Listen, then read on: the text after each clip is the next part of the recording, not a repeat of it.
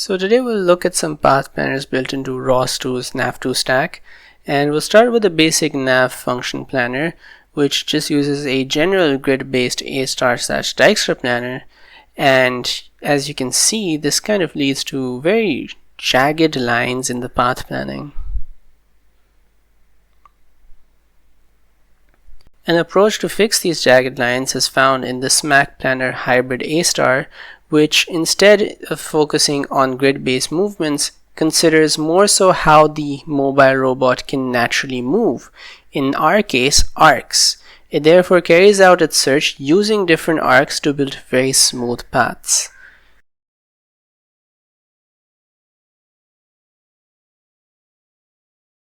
However, in practice, this can cause the robot to get a bit confused when it's so close to the target that there really isn't a very smooth curve to get to it. On the other hand, we have the Theta Planner, which focuses on building very direct paths by applying a sort of path compression by connecting sort of non-consecutive nodes if there exists a line of sight, and therefore removing all nodes in between. Now, since paths are compressed to the absolute extreme, this can lead to some rather sharp turns, which can sort of work out. I further tested these planners in a different setup, where the robot had two paths available to it.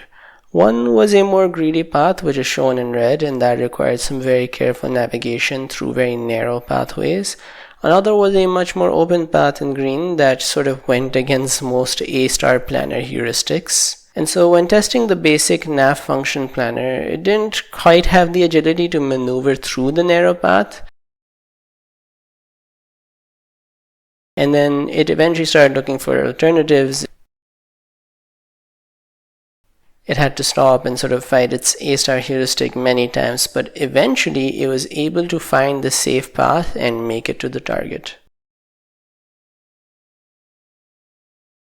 The Smac hybrid A* planner also tried the narrow path at first, but it was unable to get through, and then it kind of struggled to find any sort of smooth path out, especially while fighting the heuristics, and it determined the goal as unreachable in the number of steps it had allotted for its search.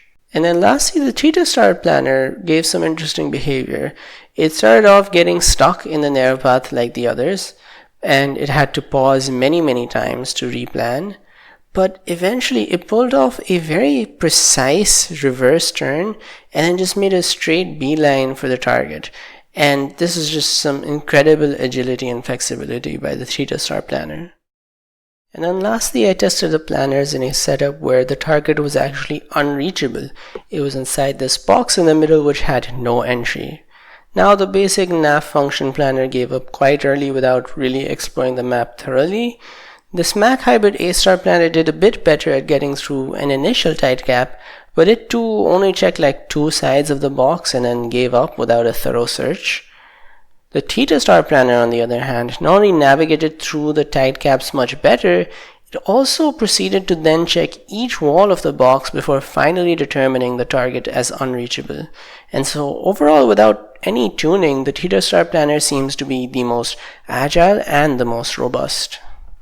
Now lastly, I'd like to share some interesting parameters for each of these planners. For the basic nav function planner, if you're in complex environments, the use Dijkstra parameter can be handy to sort of encourage equal exploration of different paths instead of just tunneling onto the one which maximizes the heuristic. For the Smac hybrid A* planner, there's actually a bunch of interesting settings. For example, turning off smooth paths allows the robot to navigate some more specific or rough trajectories, but this does lead to slightly longer paths. Alongside that, there's this cost penalty which sort of determines how much weight is given to the cost map, and that encourages the robot to stay away from walls and obstacles if it keeps getting stuck. And perhaps the most interesting setting is that the hybrid A* planner offers two motion models: the Dubin model, which was the default, and then the Reed-Shep model, which actually allows the robot to make reverse motions while planning. And this allows the car to do some very interesting drifts that actually allowed it to get through the narrow path. And lastly, for the Theta Planner, you can set the number of corners or the immediate nodes that are explored from one point. And this can allow for finer exploration, which can actually allow the robot to find quicker or more delicate paths to an objective, but it also might take longer to run overall. And to conclude, I hope this video helped make sense of some of the planners in the NavTwo stack and also helps you pick the best planner for your next project. With that said, thanks for watching and goodbye.